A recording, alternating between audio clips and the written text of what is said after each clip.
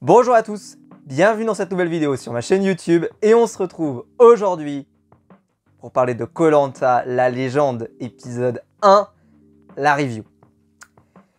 Je remercie d'abord, petit aparté, pour toutes les personnes qui étaient avec moi hier en live. On a dépassé les 500 personnes simultanément en live, ce qui est le record absolu pour un live sur ma chaîne YouTube. C'était incroyable.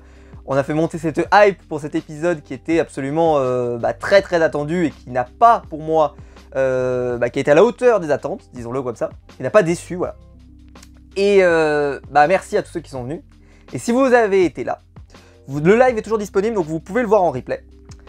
Vous avez assisté à des points oracles dans tous les sens, mais également des prophéties terribles qui ont porté l'œil à d'autres candidats. Mais on en parlera, mais en tout cas j'ai fait des points oracles assez intéressants dans ce live, donc n'hésitez pas à aller le revoir, il est disponible sur la chaîne YouTube. Oh, je vais parler avant de commencer.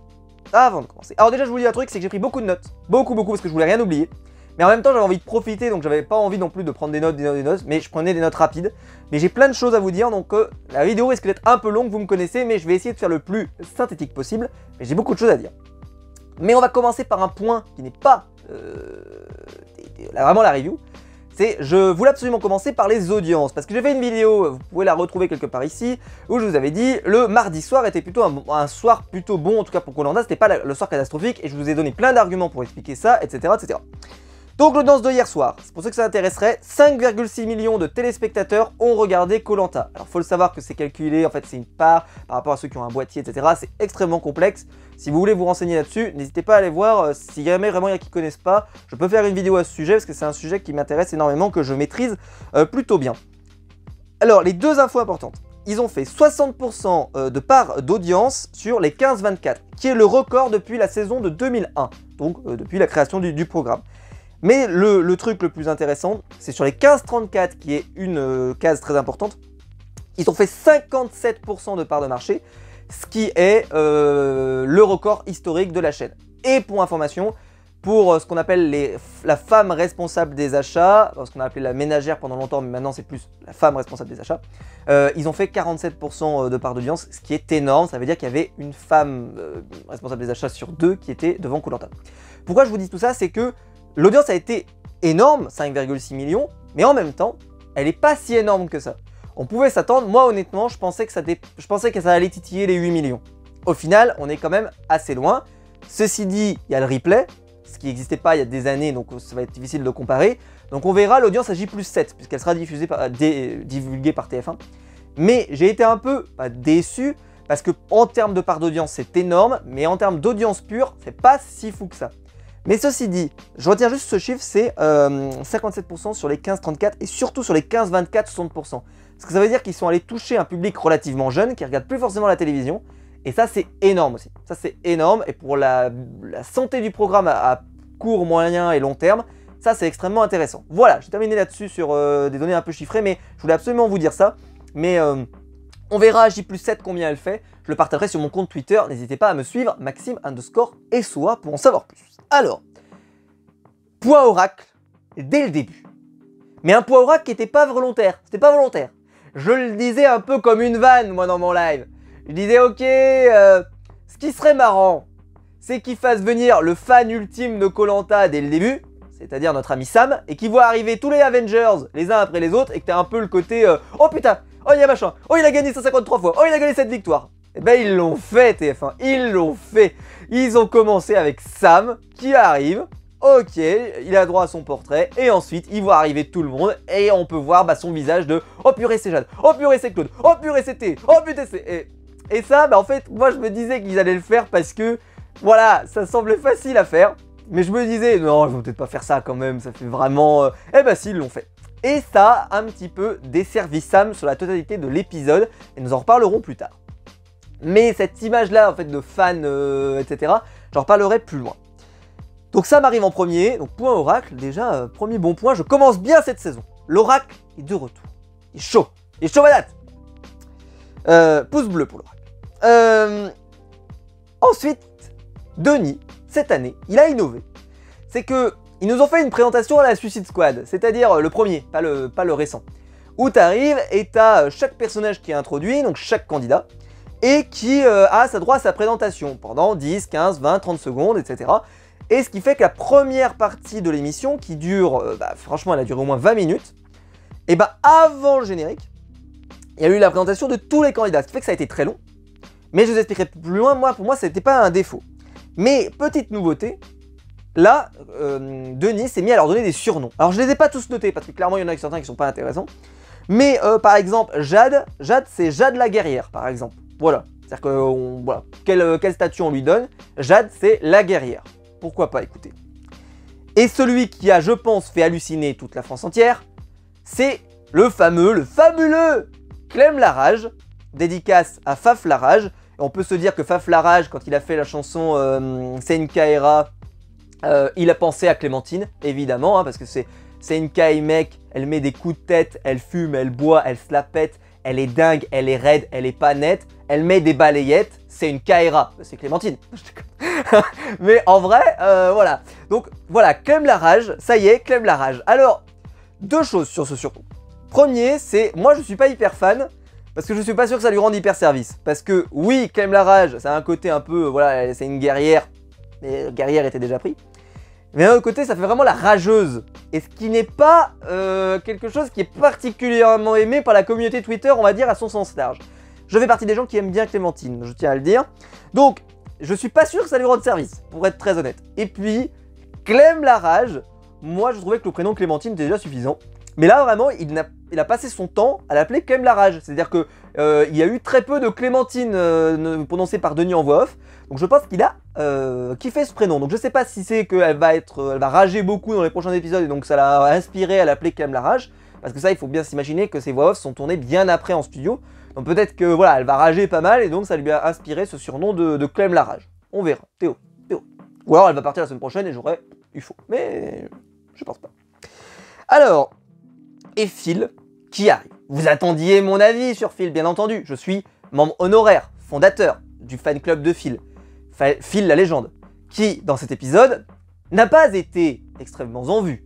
On l'a vu un petit peu, mais le peu qu'on l'a vu, c'était déjà génial.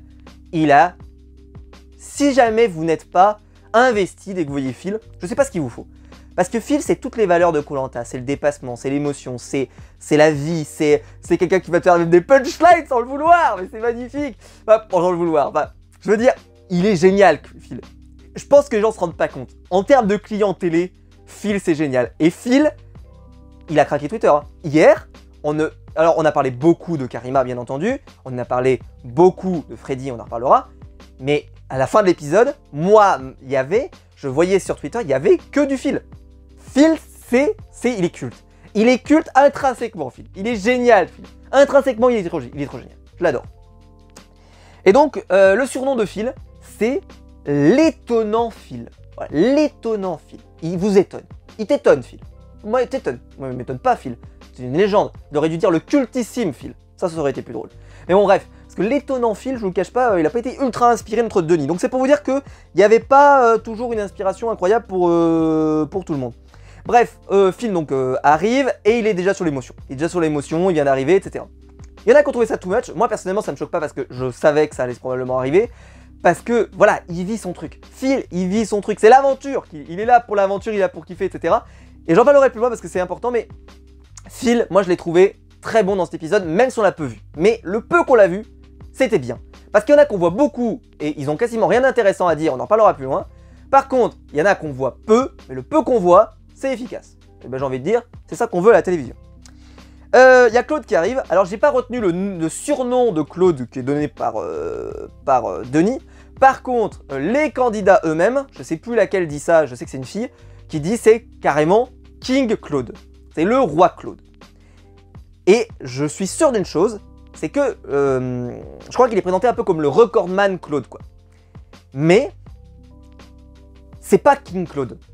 Et je l'ai fait en point oracle ultime dans mon live. Et vraiment, si vous voulez découvrir plus, parce que j'ai vachement développé là-dessus dans mon live hier, parce que je vous ai expliqué que oui, Claude, c'est une méga star, il y a un côté un peu comme ça.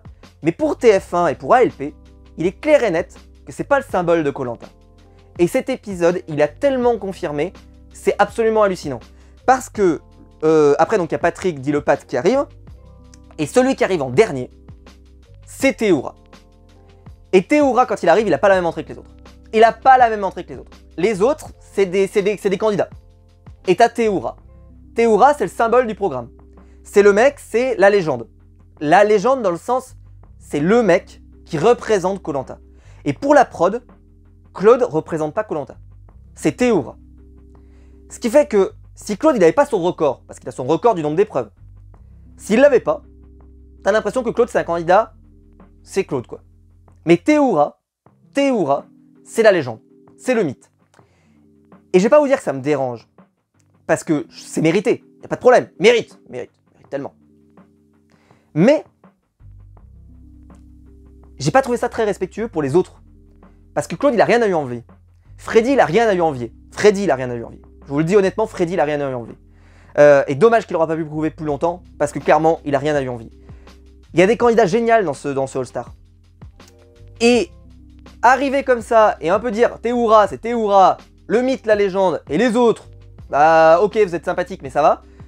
J'ai trouvé ça un peu malvenu, parce que ce All-Star, si tu veux que le public essaye de s'investir un peu sur tout le monde, bah il faut pas que tu commences déjà rien que dans les portraits à un peu dire lui c'est vraiment le symbole et les autres un peu moins. J'ai trouvé ça un peu dommage, j'aurais préféré m'en passer.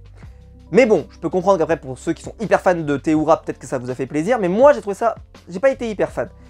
Et surtout, parce que pour moi, Théoura, oui c'est un peu le symbole du programme, mais c'est aussi le symbole des stratégies qui fonctionnent pas, c'est aussi, bah, voilà, c'est pas le candidat parfait de Koh Lanta, c'est pas le candidat absolu, etc. Mais j'en sais rien, en tout cas, j'ai trouvé ça un peu étonnant, cette divinisation de... Après vous allez me dire, il fallait bien qu'il y en ait un qui arrive en dernier. Mais à la limite, j'aurais pas forcément fait venir ni Claude ni Théoura en dernier. J'aurais peut-être fait venir plutôt quelqu'un d'autre. Je sais pas, moi, peut-être, je sais pas, peut-être Clémence par exemple. Vu qu'elle a gagné 2 fois, j'aurais trouvé ça plus marrant qu'elle arrive en deuxième. Enfin en dernier, pardon. J'aurais trouvé ça sympa. Là vraiment, j'ai trouvé ça, voilà, vraiment c'est... Il y avait cette divinisation. En plus, bon, Sam, ça n'aide pas, parce que Sam, il va en faire quelque chose dans cet épisode, ça va pas aider.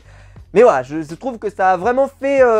Il y a Théoura, et il y a un peu les autres. Et pour moi, dans mon esprit, je suis désolé, mais c'est pas le cas, parce que j'adore Patrick, j'adore Phil, j'adore Claude, j'adore Freddy, j'adore... Bref, il y a tellement de bons candidats, j'adore Clémentine. J'aimais beaucoup Karima, on en reparlera parce qu'elle a fait beaucoup de conneries dans cet épisode. Bref, il y a énormément de bons candidats dans cet épisode et je trouve ça dommage d'avoir autant misé uniquement sur Théoura dans ce portrait. Bref. Alors donc, Denis précise, pas de confort, pas de mal, pas de riz. J'ai un problème avec ces 3 affirmations. Le pas de confort. D'accord. Mais ça veut dire que, on est bien d'accord, que d'habitude dans un épisode de Koh Lanta, il y a 2 épreuves par épisode. Parce qu'il faut remplir l'épisode. Parce qu'ils peuvent bien parler, mais il faut quand même remplir l'épisode. Surtout qu'il dure longtemps, nous, en France. Donc, il faut 2 épreuves. Si tu fais pas une épreuve de confort, tu fais quoi comme épreuve? Tu vas pas faire 2 épreuves d'immunité en un seul épisode. Sauf dans le cas où on est actuellement, où tu as une équipe fille, une équipe garçon, là, pour le moment, il n'y a pas de problème. Parce que la première épreuve est une épreuve d'immunité fille, et après une épreuve d'immunité garçon. Pas de problème. Ça fait bien 2 épreuves par épisode. Mais si jamais on remixe les équipes, bah ça fait qu'il n'y a plus qu'une seule épreuve. L'épreuve d'immunité.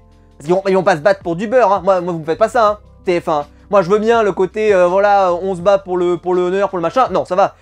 Franchement, ils crèvent la dalle. Tu vas pas te désosser, tu vas pas te faire du mal s'il n'y a rien à gagner. S'il n'y a pas de bouffe ou pas d'immunité. Enfin, faut pas être dingue. Enfin, je sais pas, mais après ils vont me dire, ouais, c'est pas sportif. Oui, non, mais c'est pas sportif, mais il y a un moment, il y a une réalité. Il y a une réalité. Tu vas pas te mettre dans un état lamentable alors qu'en vrai, t'es en train de crever la dalle. C'est pas possible. Donc, et le truc qui est bizarre, c'est qu'il leur dit pas de riz. Bon, ok, très bien. C'est pas la première fois que ça arrive. Quand il y avait eu la nouvelle édition, mais il y avait que 14 aventuriers. Et donc le Koh Lanta avait duré une vingtaine de jours. Me demandez pas exactement, mais je sais plus, mais ça avait duré très peu de temps. Donc vu qu'ils n'avaient pas de riz, bah en fait ça fait une moitié de Koh Lanta, parce qu'un Koh Lanta fait à peu près 36, 40 jours, ça dépendait des saisons.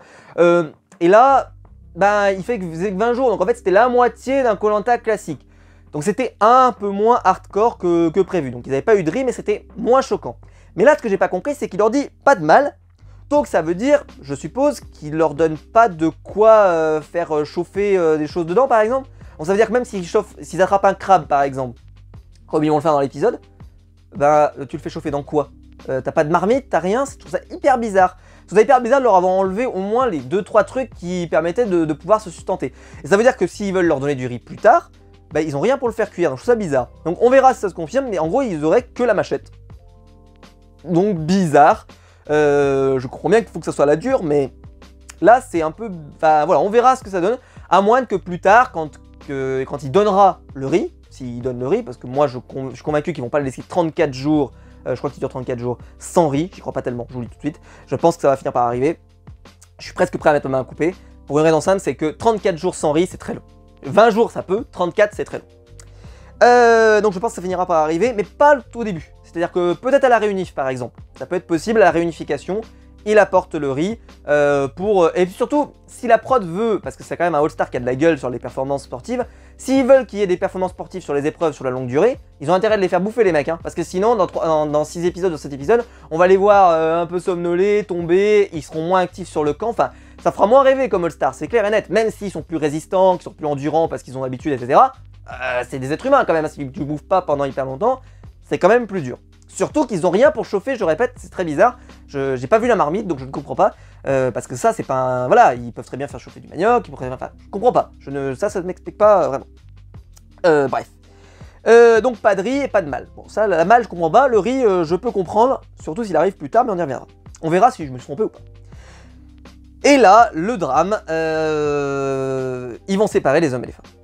Ils vont séparer les hommes et les femmes, une équipe femme, une équipe homme, mais on ne va pas faire femmes contre hommes, on va faire les femmes entre elles qui s'affrontent et les hommes entre eux. Super. Eh ben, alors là, je pense que le féminisme a dû en prendre un sacré coup dans les dents en voyant ça, parce que mettre des hommes et des femmes séparés, chacun chez soi, et style on s'affronte entre nous, ouais on s'affronte entre nous, j'ai 3 problèmes avec ça. Premier problème, ça fait quand même plusieurs années que ce sont des filles qui gagnent Koh-Lanta. Ça a échappé à personne. C'est-à-dire qu'en gros, les filles sont pas capables de tenir tête aux garçons. Ça fait des années qu'elles gagnent. Déjà, premier problème. Déjà. Donc ça veut dire, en gros, ça serait le côté de... Ça rétablit l'équité. Ça rétablit l'équité, mais d'où ça rétablit l'équité? Ça rétablit l'équité de comment? À la limite, pourquoi pas... Enfin... non, j'en sais rien. Non, je trouve ça ridicule. Je trouve ça con. Mais ça fait que c'est des épreuves individuelles, en fait.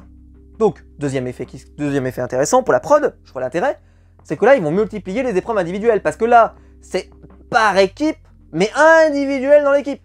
Donc, c'est considéré comme une victoire individuelle. Pour moi, je sais pas comment ça va être considéré dans les stats, mais pour moi, Claude, il est à 18 maintenant. Et puisqu'on en parlera après, il va gagner cette épreuve. Donc, je comprends pas trop. Enfin, c'est pas que je comprends pas, mais je comprends. Mais il y a un problème, ça va pas. Bref. Donc voilà, les femmes et les hommes qui sont séparés, je suis pas hyper fan. Et puis en plus, donc ça va mettre les femmes entre elles. Et c'est vrai que ça va, je trouve que ça force le côté de... Tout de suite, ça va être très stéréotypé. Les femmes entre elles, donc forcément, sera plus facile de voir des clichés sur les femmes et inversement des clichés sur les hommes. Et quand ils vont se retrouver, j'ai qu'une peur, c'est que ça devienne les hommes, c'est dégueulasse, machin, etc. Et parce que on va arriver, on va dire, ouais, les hommes se sont mis en alliance, machin, etc. Oui, mais ils se sont retrouvés ensemble. C'est pas leur faute s'ils sont en alliance. C'est-à-dire que là, je les vois arriver à 200 à l'heure, les Team Lore comme l'année dernière qui vont faire « Oh, c'est dégueulasse, les os, c'est dégueulasse !» Ouais, mais qu'est-ce que tu veux que je te dise? Là, clairement, ils auront créé des groupes soudés, donc même s'ils les répartissent à peu près, ça se trouve, les hommes, ils se seront bien soudés, ils se seront... En plus, il y a l'air d'avoir une ambiance plus positive sur le camp des hommes que sur le camp des femmes. Donc, ben, quand ils vont arriver, peut-être qu'ils vont rester très solidaires, ils vont peut-être vouloir éliminer les filles, etc. Et là, ça va donner cette ambiance qu'on veut pas voir. Et je le sens venir gros comme une maison.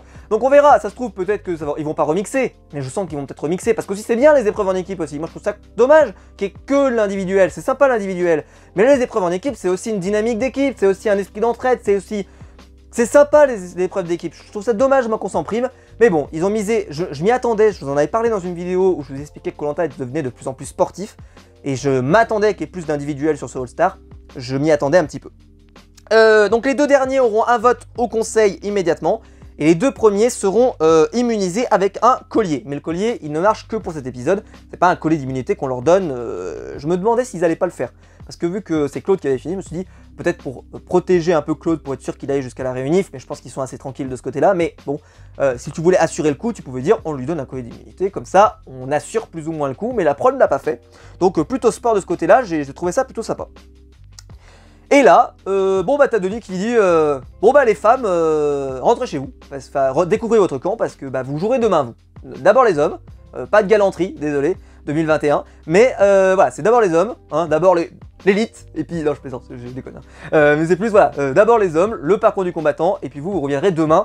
On ne le savait pas à ce moment-là, mais faire autre chose en fait. Parce que, voilà, on en reparlera tout à l'heure. Donc, parcours du combattant. Alors, j'ai noté que 2-3 trucs parce que vraiment, il se passait plein de trucs, donc voilà, on va noter 2 trucs. C'est Laurent et Freddy qui commencent hyper fort. Ils sont machines de guerre, mais Freddy. Et on va parler de Freddy, obligatoirement, on va parler de Freddy tout de suite. Donc Freddy, il part devant, il écrase tout le monde, il écrase la concurrence, il massacre tout le monde, c'est terminé, il n'y a personne qui le peut rattraper. Et là, il tombe et il se fait mal et il se casse l'épaule. Alors moi, ça m'a... Alors après, ils envoient la pub sur TF1. Ça m'a détruit. Ça m'a détruit parce que j'adore Freddy. J'ai fait une vidéo il y a quelques jours, là, ce dimanche, elle est sortie, sur mon top et mon flop des candidats que j'attendais le plus dans ce All-Star. Et vous le savez si vous l'avez vu, que Freddy, je l'avais mis dans mon top 5. Alors je développe bien dans cette vidéo, donc n'hésitez pas à aller la voir. Pourquoi? Et Freddy, pour moi, juste dans le peu qu'on l'a vu, il justifie tout ce que je vous ai dit dans cette vidéo. Parce que je vous ai dit à quel point, pour moi, c'était pas juste que Claude et Théoura soient considérés autant élevés par rapport à un Freddy. Parce que Freddy, il n'a rien à leur envier. Et je l'ai dit dans ma vidéo, et je le maintiens et je le pense toujours. Freddy, il faut le savoir, mais je le savais déjà moi, parce que moi je le suis sur les réseaux sociaux depuis tellement longtemps, parce que je suis tellement fan de Freddy que je le suis depuis tellement longtemps. Je ne suis pas beaucoup de candidats sur les réseaux, mais Freddy, je le suis. C'est que Freddy, il est, si vous le suivez sur Insta, moi je le suis déjà depuis 3 ans sur Instagram, ou 2 ans, je sais même plus, mais je le suis depuis très longtemps. Il est prêt pour faire Koh-Lanta depuis déjà 2 ans, hein, depuis 2 ans et demi. Il voulait faire le Survivor d'Australie, pour vous dire, tellement c'est un passionné du jeu. Il est en condition physique pour faire Koh-Lanta tout le temps. Vous pouvez l'appeler demain, il est là pour Koh-Lanta. Vous pouvez l'appeler après-demain, il est là pour Koh-Lanta, il sera en condition physique, il n'y a pas de problème. T'as pas besoin de venir lui demander, de lui dire « tu veux machin ?» Non, il est déjà prêt. Freddy, c'est une machine de guerre. C'est un tueur. Freddy, il est génial. C'est un des meilleurs aventuriers de l'histoire. Et malheureusement, il va partir là-dessus. Donc je vais le dire tout de suite. Denis a parlé sur Twitter et a dit « ce sera peut-être pas son dernier, etc. » En gros, il reviendra. Un peu à la file, je reviendrai. Je veux pas que ça s'amène comme ça. Je l'accepterai pas. Je sais que ce All-Star, c'est un peu une fin d'ère. La end of an era, comme dirait le Undertaker et Triple H. Mais je n'accepte pas. Je ne veux pas que le dernier Koh-Lanta All-Star de Freddy se termine comme ça. Je ne veux pas. Donc, il y en aura plein qui reviendront pas parce que Patrick sera trop vieux, parce que Phil sera trop vieux, parce que probablement Théoura, voilà, on en a fini, Claude on en a fini, etc. etc. Et puis certains ne veulent pas revenir, ouais, ils ont dit c'est bon, c'est fini, je m'arrête là. Mais Freddy, dans 2 ans, il sera encore compétitif. Vous inquiétez pas, dans 2 ans, il roule encore sur tout le monde, j'en ai aucun doute. Parce que comme je vous l'ai dit, il est dans une condition physique tout le temps normalement extraordinaire. J'espère, même si je sais qu'il va faire un tour du monde, donc j'espère que dans le prochain All-Star, qui arrivera d'ici 3 ans, qui ne sera pas un All-Star des 20 ans, mais qui sera un All-Star normal, j'espère que la prod viendra le chercher et le prendra, avec probablement Sam, parce que clairement, on n'a pas eu Freddy et Sam, et ça franchement déjà, c'est un regret terrible. Voilà, il y a tellement de choses qu'on pouvait raconter avec Freddy, et ça, clairement, ça a gâché, et ça a même gâché ce parcours du combattant, parce que Freddy était en train de faire une masterclass, et je peux presque dire que c'est un pro oracle. Parce que j'avais dit, notamment dans ma vidéo de dimanche, vous avez dit, si Freddy fait une masterclass dès le premier épisode, il va pas tout de suite faire remonter sa cote de popularité énormément, mais Freddy, il était en train de faire une masterclass, il était en train de la faire cette masterclass. Quel dommage! C'était terrible. Alors ce parcours du combattant, il avait l'air particulièrement hardcore. Je pense que c'est les sacs qui les ont particulièrement tués. Et puis le parcours avait l'air très long. Parce que ils se sont beaucoup blessés, ils avaient l'air morts. On voit Phil par exemple qui arrive, il est complètement décédé, t'as l'impression qu'il va mourir, mais il a tout donné, bravo à lui. Et ça, rien que cette image, moi, elle m'a marqué. Je l'ai mis sur mon onglet communauté. Elle m'a marqué là où t'as Phil comme ça qui passe dessus et il tombe au sol, il a tout donné. Ça, vous voyez, c'est Phil. Voilà, après, il y en a qui sont clients, il y en a qui sont pas clients, mais il va tout donner, Phil. On le sait, c'est un candidat, il est entier, il va tout donner, il est généreux, et il est généreux devant l'écran, et ça se voit. Mais j'avais peur qu'il se blesse aussi d'ailleurs. Et Laurent, on voit qu'il se blesse aussi un petit peu. Bon, rien de grave, mais on voit qu'à un moment il se fait une marque au visage. Enfin bref, peu importe. En tout cas, enfin, voilà, ça y va quoi. Et celui qui m'a impressionné, bien entendu, c'est Patrick. Patrick qui arrive 4ème. Alors bon, il y avait Freddy qui était premier, donc il serait 5ème en vérité, mais peu importe. Il fait une masterclass. Franchement, Patrick, bravo. Hein. Bravo. À son âge, faire ça.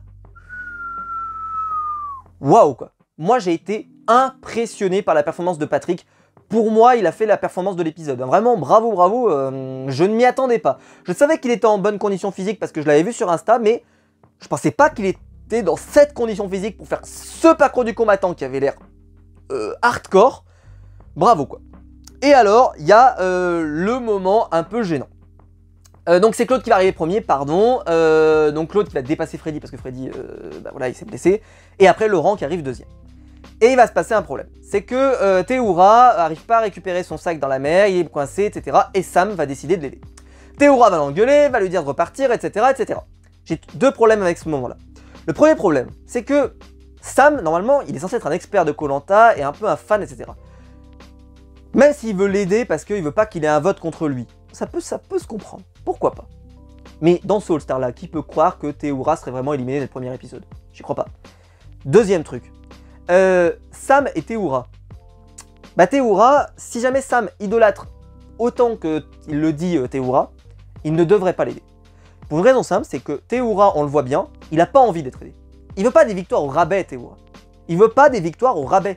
Il veut une victoire, quand il va la chercher, il veut l'avoir méritée. Il veut pas qu'on lui la donne sur un plateau, il veut l'avoir méritée. Ça a toujours été le cas depuis le début. Il est sportif, il veut... C'est le côté vraiment sportif qui parle. Et là, que Sam sacrifie sa victoire, ne puisse donc pas s'opposer ni à Freddy, ni à Claude, ni à Laurent, à ce qui se fait de mieux sur le parcours du combattant. Il a raté la chance de sa vie. Ça ne se reproduira jamais, Sam. Ça ne se reproduira jamais. Puisque Claude c'est son dernier, Théoura c'est son dernier.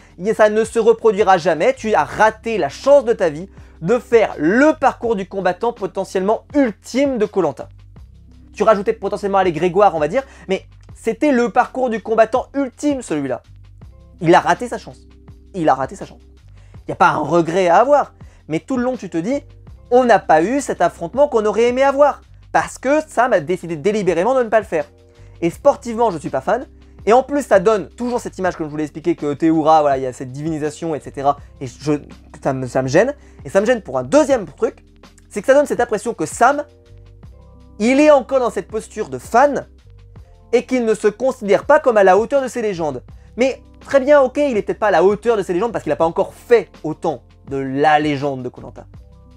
Mais on l'a pas vu de Cindy ou de Jade ou des autres venir comme ça avoir ce sentiment d'infériorité. Ok, il y a ce côté, on les idolâtre. Mais c'est pas grave, on va les regarder dans le blanc des yeux et on va aller les battre et on va aller les défier. Et Patrick, il les a regardés dans le blanc des yeux et il allait les défier. Laurent, il allait les défier, etc. Faut pas avoir ce sentiment d'infériorité parce que ça va pas lui servir à Sam. Donc ça m'énerve de voir ça parce que clairement, Sam, t'es capable, il n'y a pas de problème. Tu peux les regarder dans le blanc des yeux. Pas la peine de leur montrer le respect comme ça, il n'y a pas besoin. Tu peux y aller, tu peux leur tenir tête. Vas-y, fais une masterclass, fais des masterclass. C'est ça qu'on veut voir. Et Claude va lui expliquer ça plus tard en disant il faut que tu vives ton aventure, il faut que tu te donnes à fond parce que faut que tu vives ton instant, t'es pas là pour vivre l'aventure de nous, t'es pas là pour nous idolâtrer. Et je pense que ça les a, c'est pas que ça les a gênés, mais dans ce All-Star, il y en a certains, on le sait, hein, qui sont considérés comme moins méritants parce que, le fameux mérite, on en reparlera plus loin. Mais parce que, bah voilà, Namadia par exemple, il n'a pas un palmarès incroyable. Alix, elle n'a pas un palmarès non plus incroyable. Donc forcément, c'est des candidats qui pourraient arriver avec un peu moins voilà. Cindy, elle n'a pas l'air d'avoir un corps incroyable qui lui permettrait de faire des masterclass sur les épreuves, etc., etc., etc. Ok, mais elles sont pas arrivées avec un sentiment d'infériorité, hein, par rapport aux autres filles, par rapport... Cindy, vous l'avez entendu se plaindre? Pas du tout. Cindy, elle a dit, ok, bon, bah je suis pas sportive, bah, je m'en fous. Bah je vais vous regarder dans le blanc des yeux, je vais vous éliminer tous les uns après les autres. Voilà, ça c'est la bonne attitude. Sam qui nous a montré, c'est pas la bonne attitude.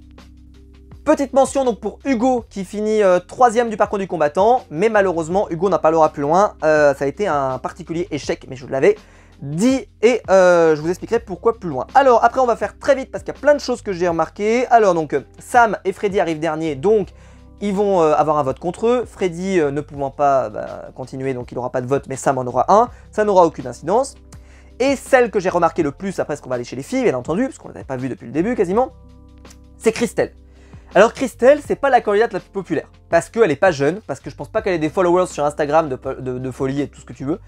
Par contre Christelle, elle a une analyse du jeu. C'est comme Patrick. Les deux, et même Claude accessoirement. C'est une analyse à froid, mais ils ont une vision d'ensemble du jeu qui est, il faut prendre des leçons. Vous voulez faire Koh-Lanta, vous regardez ce que font Christelle et les réflexions de Patrick, vous les prenez, vous prenez un carnet, vous notez, c'est à chaque fois hyper pertinent. En facecam, les deux, c'est génial. Ils te font une interview, t'apprends toujours quelque chose. Parce que Christelle, les 3 choses qu'elle dit, c'est hyper bien. Elle commence, elle dit, Clémence, elle a gagné 2 fois. Donc déjà, faut s'en méfier. Mais pas parce qu'elle a peur, comme je vais le voir après, on va parler du mérite. J'ai peur d'elle, non. C'est j'ai peur parce qu'elle va gagner. Donc on n'a pas peur d'elle sur les épreuves. On a peur parce que socialement, elle peut être très forte. Parce que j'ai entendu, oui, on peut la combattre. Vous combattez comment quelqu'un socialement? Combattez comment quelqu'un socialement? Réfléchissez 2 minutes. On en reparlera plus loin. Non, mais vraiment, le conseil final, j'ai vu des choses absurdes sur Twitter, mais j'en reparlerai plus loin. Alors, donc, et là, il y a le moment malaise. Le moment malaise. Parce que ce qui est super dans ce All-Star, et je vais le dire tout de suite comme ça sera fait, ils se sont pas cachés. Il y a des candidats qui ont fait une aventure en commun. Il y a des candidats qui se connaissent. Ils se sont pas cachés. Ils ont dit, nous on se connaît, nous on a fait telle aventure ensemble, nous on se connaît, nous on a vécu du passé ensemble. Chez les garçons, ils se sont pas cachés. Et chez les filles, ils se sont pas cachés, sauf Alix et Alexandre. J'ai trouvé ça ridicule. J'ai trouvé ça ridicule. Les deux, comme ça là, et qui font, faut pas trop qu'on montre qu'on est copines parce que ça aura des problèmes.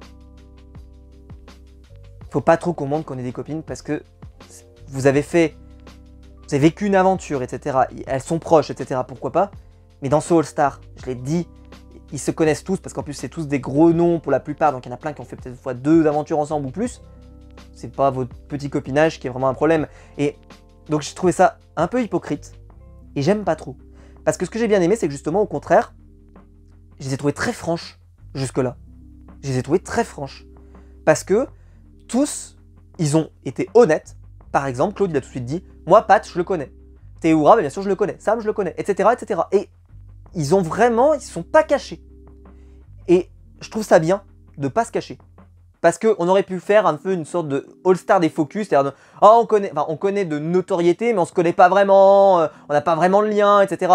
Cindy, par exemple, elle va même pas se cacher. Cindy, elle va le dire tout de suite, elle dit, bah c'est vrai que vu que c'est un all-star, bah voilà, moi il y a des candidates que je connais, donc il y a des affinités qui sont déjà un peu présentes.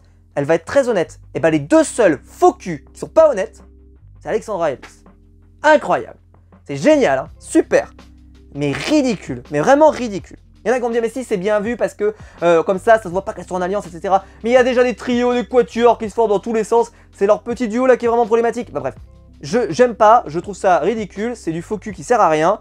Je trouve que ça leur a donné déjà, ça donne une idée déjà, c'est pas génial. Cindy, bon, qui a fait la phrase qui a mis les féministes en sueur, c'est « Je suis féministe, mais bon, je vais pas mentir, j'ai besoin d'un homme ». Ça, je pense que ça les a mis en sueur, mais moi ça m'a fait rire, parce que c'est une phrase qui, je l'ai déjà entendue et ça m'a fait rire, et pour moi, c'est une phrase qui peut peut-être choquer, etc. Et moi, j'ai toujours estimé que c'est pas parce que, les femmes n'ont pas vocation à remplacer les hommes n'ont pas vocation à remplacer les femmes. Je pense qu'on peut vivre ensemble dans une société et pas avoir besoin de les séparer sur 2 camps, bien entendu. On est en 2021 quand même.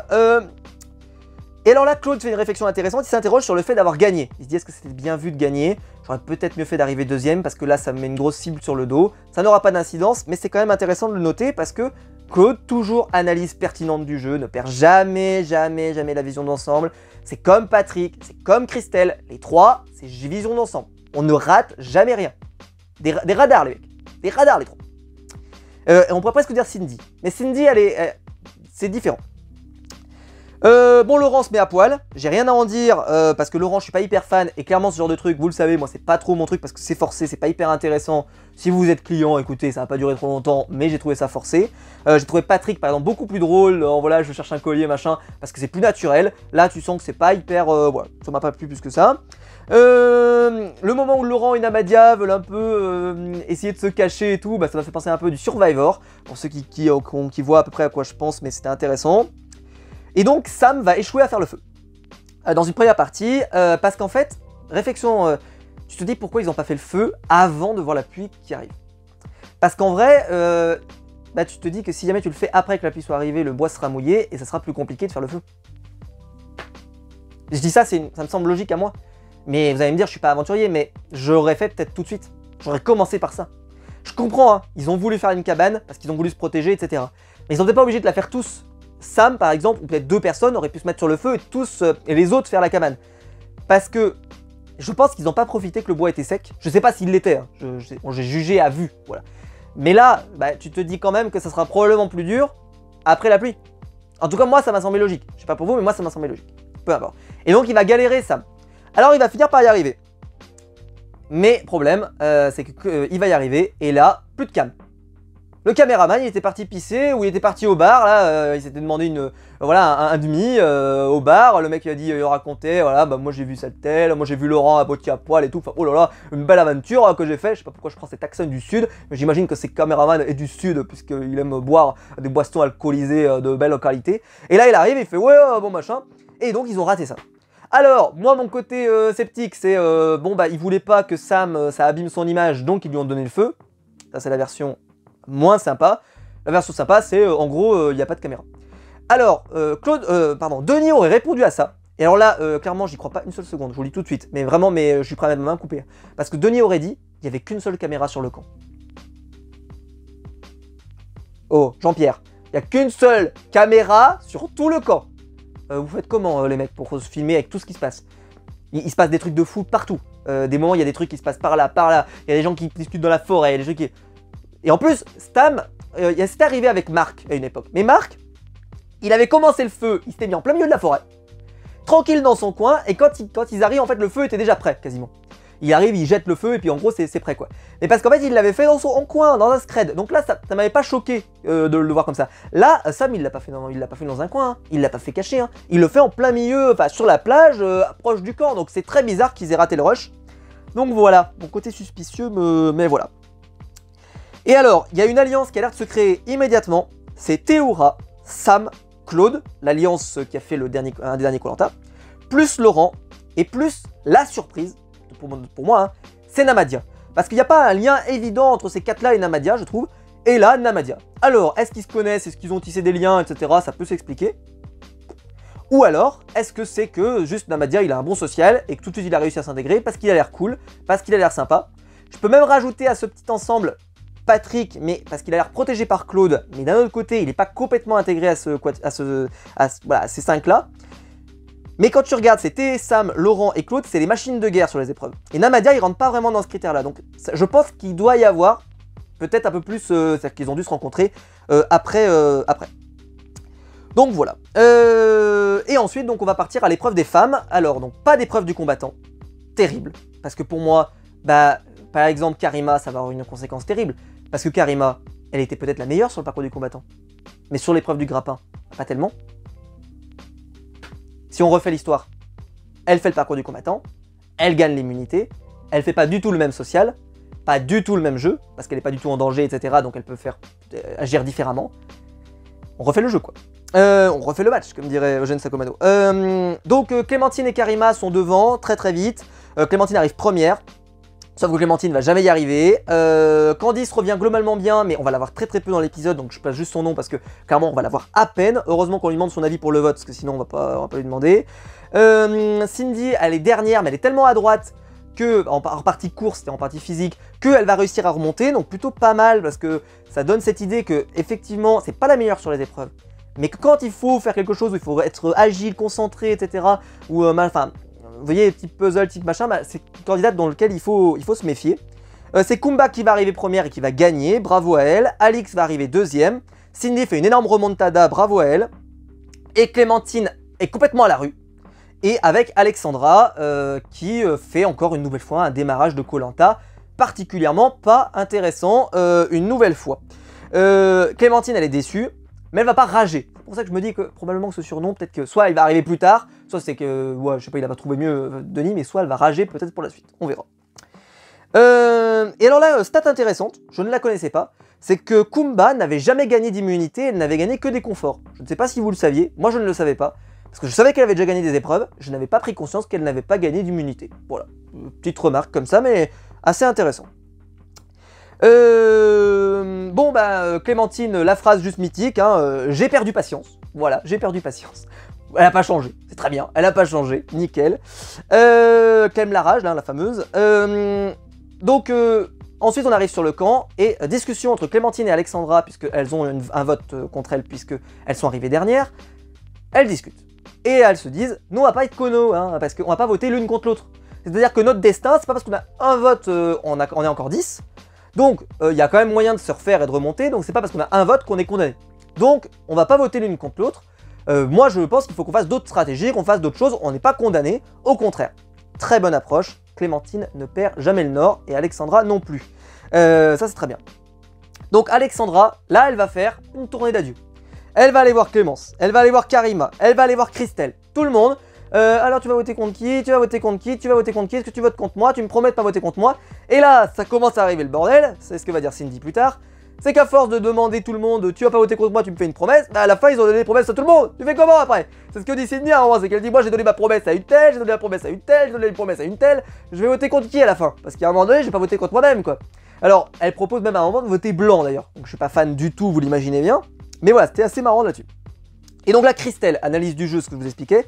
Clémence, elle a gagné 2 fois, donc elle doit laisser place à d'autres légendes qui puissent faire sa légende. Et la même que théorie va être faite par Kumba et Karima. Et là, je vais faire un petit point là-dessus parce qu'après, il n'y aura plus énormément de choses à débriefer, parce qu'après, ça va être... Enfin, il y aura 2-3 trucs, mais pas hyper importants. Mais là, c'est important. C'est que on va parler beaucoup plus tard de la peur. C'est très différent de le mérite sur les épreuves et le mérite qu'on appelle le social. Mais en fait, je vais plus m'expliquer. Parce qu'on a l'impression que quand, par exemple, Karima dit « Je veux éliminer Clémence parce qu'elle me fait peur ». C'est Candice qui va dire ça. J'adore Candice. Hein. Mais je suis pas d'accord. Et je sais que Candice, sur Twitter, les gens l'ont adoré pour cette phrase. Mais cette phrase, elle est pas vraie. C'est encore une nouvelle fois, le mérite n'est pas compris. Ça m'énerve. Parce que elle n'a pas dit, Karima, j'ai peur de l'affronter sur les épreuves. C'est pas ce qu'elle a dit. Et Kumba ne l'a pas dit non plus d'ailleurs, parce qu'elle fait une masterclass sur cet épisode. Elle l'a pas dit. Elle l'a pas dit. Elle a dit, elle a déjà gagné 2 fois. Elle a déjà gagné Koh-Lanta, donc elle ne nous fait pas peur sur les épreuves, elle nous fait peur socialement. Parce qu'on sait qu'elle peut être très forte et qu'après, ça sera très dur de l'éliminer. C'est pas sur les épreuves qui lui font peur. Et comment vous faites? Parce qu'après, la réponse de Candice, c'est ça veut dire que tu votes pour Clémence, enfin contre Clémence, pardon. Ça veut dire que tu as peur de l'affronter. Et t'affrontes comment quelqu'un socialement? T'affrontes comment quelqu'un socialement? Tu fais un combat debout? Faites ça, sur l'île des filles, ça cartonnerait. Là, je vous dis pas, TF1, 10 millions de téléspectateurs. Là, vous avez cartonné. Vous pouvez pas affronter quelqu'un socialement. Si quelqu'un est fort socialement, on l'a vu Cindy par exemple, hyper bon social, direct, ça passe hyper nickel avec tout le monde, etc. C'est facile. Mais là, non, ça marche pas cette histoire. Non, quand Kumba, Karima et Christelle le disent, elles n'ont pas peur sportivement, elles en ont peur socialement. Ça n'a rien à voir. Ça n'a rien à voir. Voilà. Et donc on compare des pommes et des oranges. C'est pas la même chose quand tu dis j'ai peur d'affronter quelqu'un sur les épreuves et j'ai peur de garder quelqu'un dans le jeu parce qu'elle risque d'être difficilement éliminable sur la durée. Ce qui était la réflexion mais évidente de cet épisode. Heureusement qu'elles ont cette réflexion. Bref, c'était ridicule. Et donc c'était ridicule de faire entrer du mérite. Ça veut dire que t'as pas envie bah voilà, t'es pas courageuse. Nous, voilà, elle mérite Clémence parce que machin. Enfin, non, enfin. C'est pas aussi simple que ça, parce que Clémence, sur les épreuves, bon attention, hein, elle est tankée, elle a des abdos malades, tout ce que tu veux, hein, mais c'est pas la plus dangereuse, en tout cas pas pour Kumba et pas pour Karima non plus. Donc voilà, ça m'a un peu gêné parce que cet argument-là, bah il marche pas en fait. Donc Freddy, bah, bien sûr, s'en va et Loïc arrive. Bon, c'était la déception parce que j'aime beaucoup Loïc, hein, je suis très content de le voir, etc. Il n'y a pas de problème. Sauf que quand j'ai vu arriver Loïc, bah c'est vrai qu'il n'est pas du tout à la hauteur de Freddy. Et ce que je me suis dit sur ce moment-là, c'est que si ça avait été Mohamed qui était le renfort, j'aurais pas eu cette réflexion parce que Mohamed c'est vraiment un mythe, etc. Là ça ramène quelqu'un encore qui a fait un Koh-Lanta très récent, donc c'est un peu con parce que Freddy, voilà, ça permettait d'avoir une caution un peu au-dessus des Koh-Lanta un peu plus anciens. Donc s'il y avait eu Mohamed, ça aurait rattrapé le coup. Là ça fait vraiment un All-Star, mais un All-Star avec des saisons quand même globalement très récentes. Il y en a très peu qui ont fait des Koh-Lanta il y a même ne serait-ce que 5, 6, 7 ans quoi. Donc c'est un peu dommage. Mais bon, il y est pour rien. Bon bah Patrick tout de suite il le dit, Loïc il va se faire enfumer, hein, je m'en charge parce que limite, parce qu'il est trop sympa, il est trop gentil, j'avais vu sur l'aventure, etc. Patrick, requin, direct, coup à la jugulaire. On nous précise tout de suite qu'il y aura les 2 conseils en même temps, je vous expliquerai pourquoi c'est intéressant. Donc Sam il arrive finalement à faire le feu, il veut l'offrir, donc on en parlera après. Patrick entend son nom. Bon, ce qui... on va dire tout de suite, il y a 3 candidats qui sont plus ou moins en danger sur l'équipe des garçons. Hugo, Maxime et Patrick, qui semblent en danger. Mais Claude met un peu un veto sur Patrick, parce que je pense que Claude, c'est tout à fait stratégique de faire ça. C'est qu'il sait que Patrick, il aura pas de mal à faire le sale besogne, c'est-à-dire à faire de la strat et tout et machin. Et donc Claude, il pourra garder une image tranquille, et c'est très bien de l'avoir. parce que c'est bien d'avoir un mec que tu envoies au charbon, et toi après, bah, tu peux gagner le jury final, c'est très bien. Donc c'est pas bête du tout de le garder. Et puis il sait qu'il est déjà allé loin avec lui, et que ça peut être quelqu'un qui peut être un allié solide sur la durée, et ça peut être intéressant de l'avoir avec soi. Donc il y a plein de raisons de le garder, donc c'est pour ça qu'il s'y oppose. Donc après il n'y a plus que Hugo et Maxime, et là on va en parler tout de suite, bah, c'est les deux transparents de l'épisode. Moi j'adore Maxime, et on l'a quasiment pas vu. Franchement on l'a pas vu.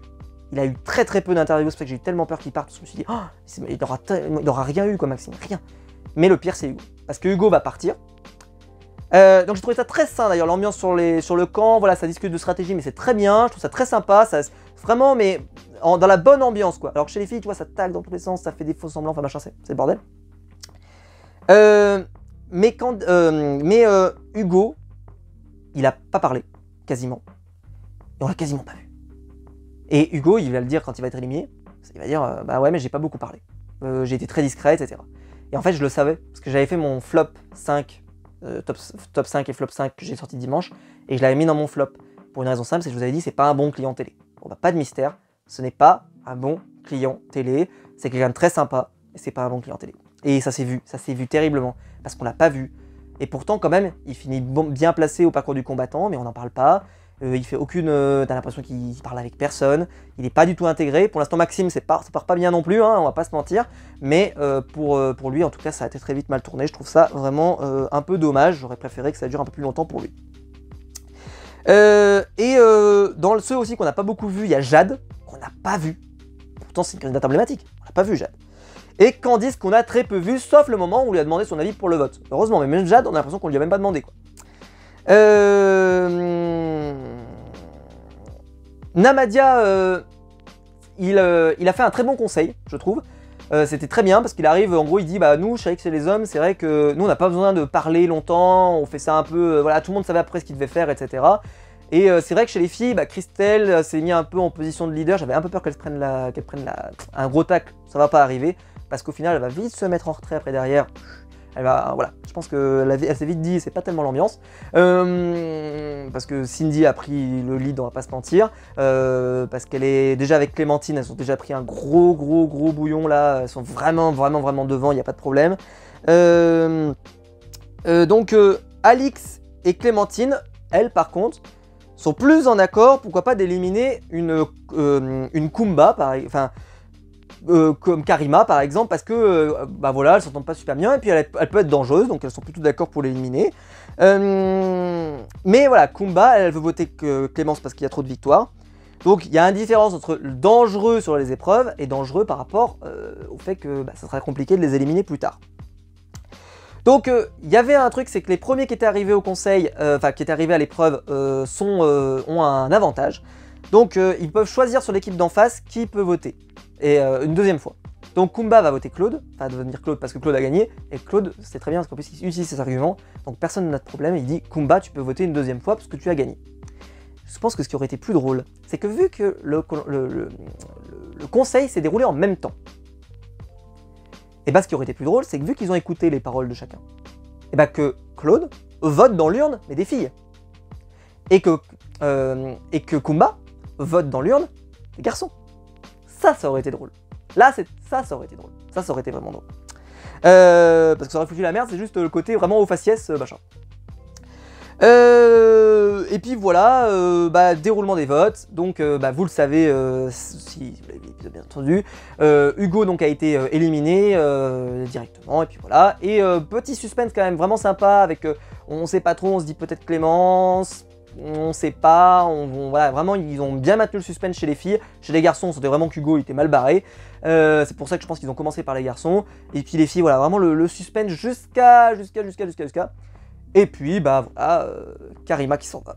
Et là, on sort et ils arrivent et ils voient, à vous de choisir. On verra ce que ça donne.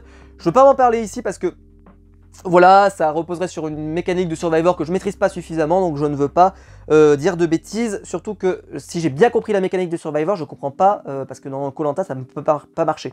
Donc j'en reparlerai la semaine prochaine, mais je ne veux pas en parler cette semaine. Et là, la masterclass de Phil, parce que il fallait forcément que j'en reparle à la fin, c'est, on voit les bulletins, et déjà, Phil a écrit Hugo, UGO, donc échelle de Phil, bah il est à 0, parce que l'échelle de Phil, bah oui il l'a écrit comme il faut. Mais qui est génial, c'est la punchline. Mais tu te dis quand même qu'il a écrit UGO. Mais c'est très bien. Et là, il lui dit juste, et là je l'ai noté, Hugo, je vote contre toi, car tu as voté contre moi en 2012. Bam! Là, c'était trop beau. C'était trop beau, sans déconner. C'est la phrase de l'épisode, cherchez pas, Phil. Phil, oh, mais il est génial, Phil. Oh, mais quel génie, quoi. Vraiment le côté, la rancune tenace, quoi. T'as voté contre moi en 2012. Tac. C'est génial, bravo. Et puis voilà, donc il y aura sûrement une île de la deuxième chance, avec peut-être des duels, on verra comment ça va donner par la suite. Donc ça veut dire que peut-être ils sont pas éliminés définitivement, ils auront peut-être une possibilité de revenir, on verra. Ceci étant dit, vu qu'Hugo a rien montré, et que Karima au final a eu un social déplorable sur cet épisode parce qu'elle a forcé, parce qu'elle allait voir tout le monde, parce que c'était le bordel, etc. Après c'est une catastrophe, c'était une catastrophe Karima. Ben en fait, je me dis qu'il faudrait peut-être mieux les faire partir parce que clairement, oui ok tu leur donnes une deuxième chance, c'est vrai que ça sauve le coup, si jamais c'est un gros nom qui part, tu peux au moins le sauver. Mais là, les deux, tu te dis qu'on perd pas non plus des candidats incroyables qui manquaient particulièrement au programme. Bref, vous l'avez compris, j'ai adoré cet épisode. Je suppose que la vidéo doit être très longue, je m'excuse, mais l'épisode a duré très longtemps, il a duré quasiment 2h30, je crois quasiment. Les pubs, ça va, elles n'étaient pas trop longues, à peu près 10 minutes à chaque fois. C'est long, mais ça va. La deuxième était plus courte, je crois qu'elle a fait que 7 minutes. Donc plutôt sympa. Mais bon, c'était quand même un peu long les pubs, mais bon, c'est comme ça, on connaît TF1. Voilà, écoutez, dites-moi dans les commentaires ce que vous en avez pensé. J'espère que la vidéo n'aura pas été trop longue, mais vraiment, il y avait beaucoup de choses à dire sur cet épisode. Moi, en tout cas, je me suis régalé à faire cette review. J'ai trop hâte de parler de toute cette saison parce que pour moi, les candidats sont emblématiques. Il n'y a pas de mauvais candidats, je veux dire, à part Hugo qui, au final, comme je l'avais dit, n'était pas un candidat très bon télé, ça s'est confirmé. Et même Clémence d'ailleurs. Parce que Clémence, on l'a très peu vu, Clémence. Voilà, hein, on l'a très peu vu. Je maintiens que Clémence, c'est pas génial. Hein, c'est pas génial, Clémence, c'est pas génial. Parce qu'elle a dit qu'elle ferait plus de strats, alors moi je demande qu'à voir, hein, mais pour le moment ça ne transfère pas, voilà, hein. Ça m'est pas apparu comme ça, oh là là, elle a révolutionné son jeu Clémence, pour le moment, je maintiens que pour le moment j'ai rien de rien, hein, donc on verra sur la durée, on jugera sur pièce. J'espère que la vidéo vous aura plu, si c'est le cas, vous pouvez la liker, vous pouvez vous abonner, vous pouvez la partager sur les réseaux sociaux, il y a le bouton rejoindre juste en dessous, pour devenir un membre soutien, et je vous en remercie pour soutenir ces vidéos. Et dites-moi dans les commentaires ce que vous en avez pensé, ce que vous avez aimé, pas aimé, etc. J'ai hâte de vous lire. Et quant à nous, surtout que je lis tous les commentaires, vous le savez. Et quant à nous, on se retrouve très vite pour une nouvelle vidéo sur ma chaîne YouTube. Ciao!